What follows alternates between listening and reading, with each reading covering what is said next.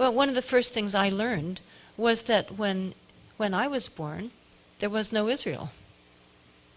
So where did this come from? Well, what I discovered was that there was a movement that began over a century ago and began operating in Europe and in the United States.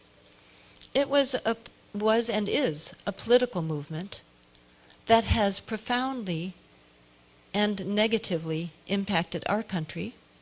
It has tragically impacted the Middle East, and it has dangerously impacted the entire world. And yet most of us, I think, have never heard of it and could certainly not define it. It's political Zionism. This was a movement to create a Jewish state in Palestine. It began in the late 1800s. Well, let us look at Palestine in the late 1800s. It was what we largely think of now as a somewhat multicultural land, in that it was about 80% Muslim, about 15% Christian, and about 5% Jewish, all living together quite successfully. There are mosques, synagogues, churches throughout Palestine, throughout the Middle East, and throughout North Africa. These populations had been living without conflict for centuries. But this movement was created largely in Israel, largely in Europe, and then taken up at the same time in the US, to create a Jewish state on land that was already inhabited, in which 95% were not Jewish. Therefore, this would involve, and this was known by the leadership, even though many followers didn't know it, this would mean that 95% of those people were going to be dispossessed by money, if possible, by force, if necessary. This was written in Zionist journals early on. Now, my book and my talk concentrates on the U.S. aspect of all of this.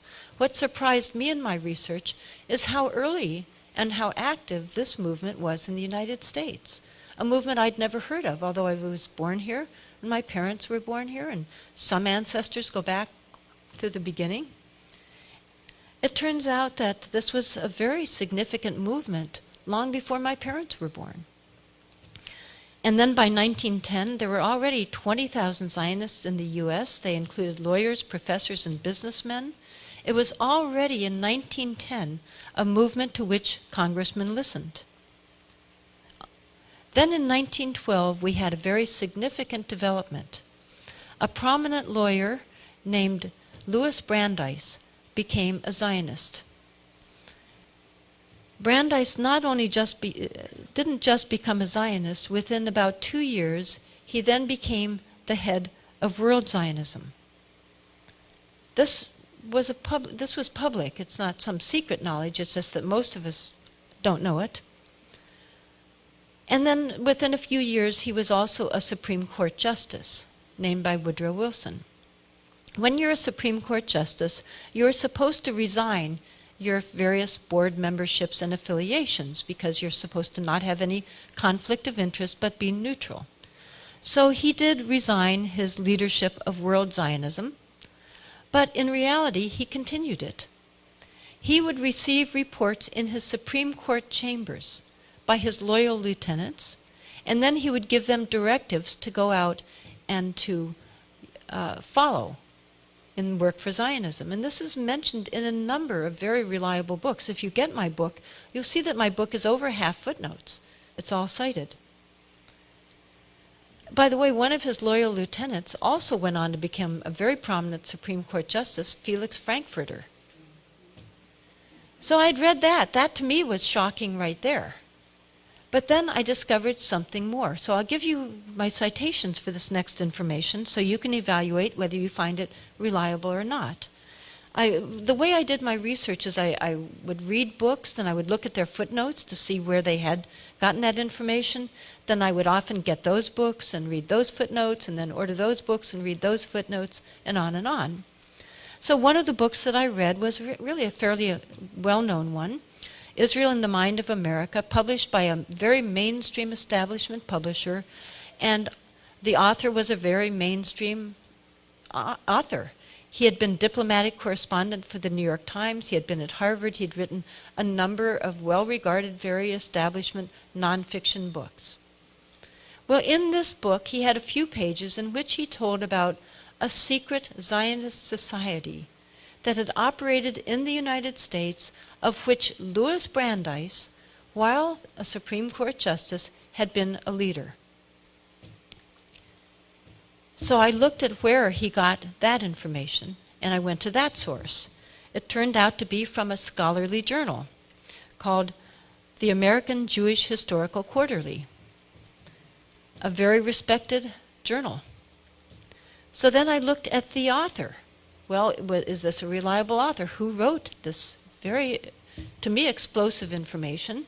And turned out to be a well-regarded Israeli historian at a mainstream Israeli university. She had written an article in 1975 called The Parashim, a secret episode in American Zionist history. And she told about what this was, an elitist secret society. The word meant Pharisees and separate. They would go around the country and influence people to push this Zionist agenda. By the way, at this time, the Jewish population were not Zionists at all. The large majority were not Zionists. Many were opposed to Zionism. This was a very, very fringe element to a certain regard. Then in this secret society, they even had a secret induction ceremony, so that when somebody joined this society, and their membership included professors and Harvard, recent Harvard graduates, and doctors, significant people around the country were sometimes members. And in this initiation ceremony, they were told by the inductor, and they swore to this, "Until our purpose shall be accomplished, you will be the fellow of a brotherhood whose bond you will regard as greater than any other in your life, dearer than that of family, of school, of nation." As early as November 1915, a leader of the Parashim went around suggesting that the British might gain some benefit from a formal declaration in support of a Jewish national homeland in Palestine. Those of you who have heard of the Balfour Declaration that came in 1917 might find this relevant. I'll get into that a little bit more. Let's remember what was going on during this time period now in the world, especially that involved Britain. Well, of course, in 1914 began what was called at that time the Great War of massive carnage. British forces in the first day of the Battle of the Somme lost, according to historians, somewhere around 50,000 to 60,000 men in one day of a battle that went on and on and on. The British and the German, both sides of course, wanted the U.S. to come in on their side to join this carnage. But the American population were that bad thing, they were isolationists. They didn't want to go kill and be killed in a foreign, pointless war. In fact, Woodrow Wilson was elected with the slogan, "He kept us out of the war." But of course, as you know, with hindsight, no, he didn't. Well, what happened is that the Zionists leaders, some of them in Britain, a man named Chaim Weizmann, who is quite well known, went to the British government and said, well, we can help you win this war. Now, why would they want to do that? Because the war wasn't just against Germany, it was against the Ottoman Empire. The Ottoman Empire held Palestine. Palestine was under the Ottoman Empire. So by defeating them, the British would come into control of Palestine. So the Zionists went to the British and said, we can help you get the United States into the war. Our Zionist colleagues in the United States, for example, they said in writing, Louis Brandeis, who is close to President Wilson, can help to do that.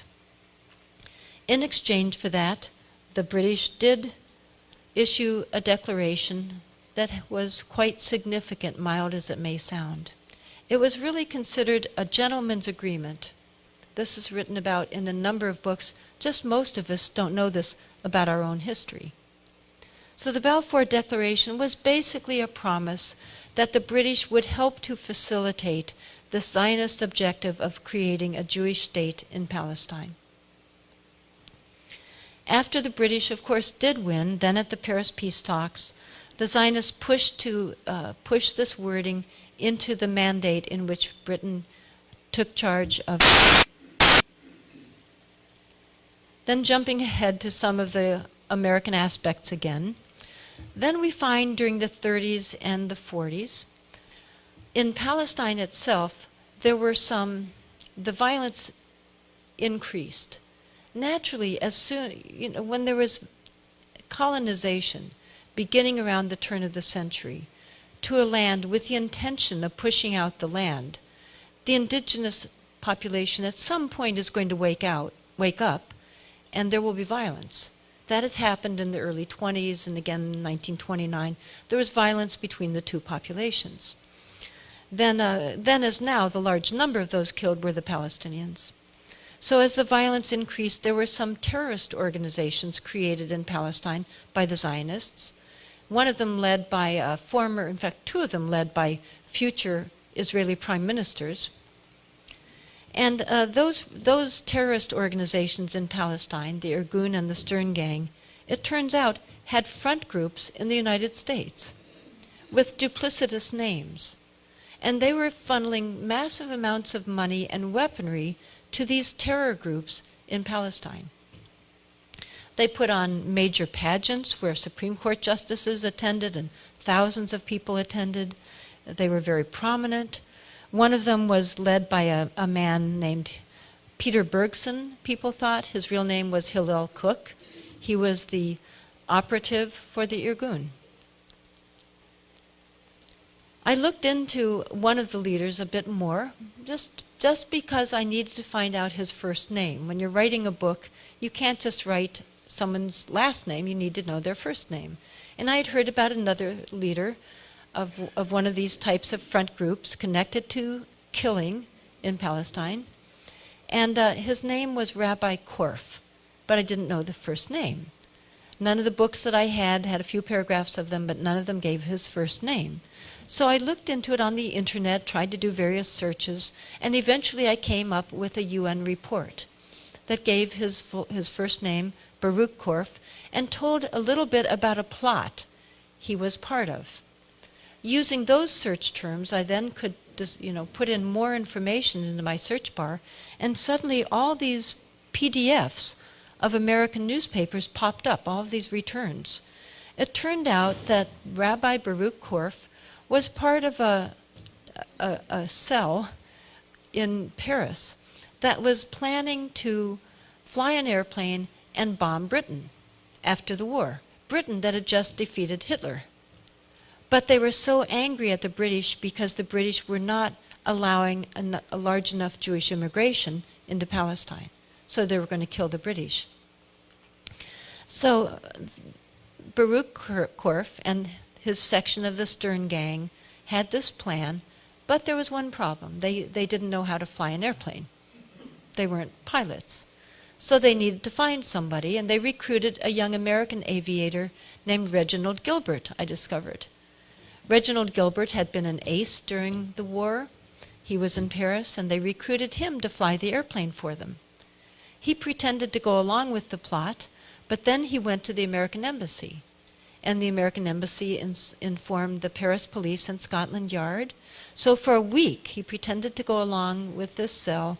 And then when it came time to actually take off, to fly the plane, to drop these incendiary bombs onto the foreign ministry, they were caught.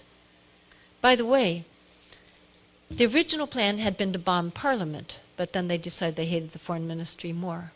And Gilbert at one point had said to them, well, what if I can't find the foreign ministry in the London fog?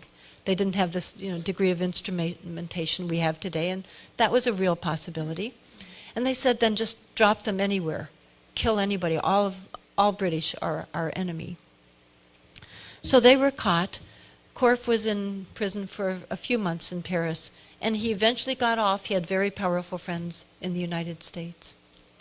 But I was curious about him. I looked into him some more. This was so astounding to me. And none of these, dozens and dozens of books I have, none of them had this story in there at all. And so in looking at him, I discovered that later in life, he was a friend of Richard Nixon. In fact, it was reported that he had helped to influence Nixon's policies on the Middle East. In fact, Nixon, sort of in a fond way, called him my rabbi. Now, the precursor to today's very powerful Israel lobby was a group called the American Zionist Emergency Council, AZEC. This was formed in around 1940, and by 1943 had a budget of $500,000 at a time when a nickel bought a loaf of bread. Within a few years, they had maneuvered their way into access to an even far larger sum, in which they had access to $14 million in 1941 and $150 million by 1948. That's the equivalent in today's dollars of $1 trillion to use to manipulate the United States. So they targeted, with that money, every sector of U.S. society. This isn't ancient history. They had annual reports, they had directives, all of this was written down on paper. They targeted congressmen, Christian clergy, editors, professors, business and labor, Jewish war veterans. They published books all over. They had 400 local committees. There were massive campaigns throughout the country. They also worked especially to manufacture Christian support. They secretly funded sort of Christian groups that would push the same Zionist ideology. They funded books that became huge bestsellers. It was an enormously successful campaign throughout the country. Even though during this time there was a great deal of opposition to Zionism by many different groups, by Christian leaders, by State Department, Pentagon, intelligence agencies, Jewish anti-Zionists, many people were opposed to it. Two of the most celebrated Christian pastors opposed it on religious and moral grounds. The Christian leaders in the Middle East had gone to the Paris peace talks to advocate on behalf of the Arab population that there should be self-determination of peoples there.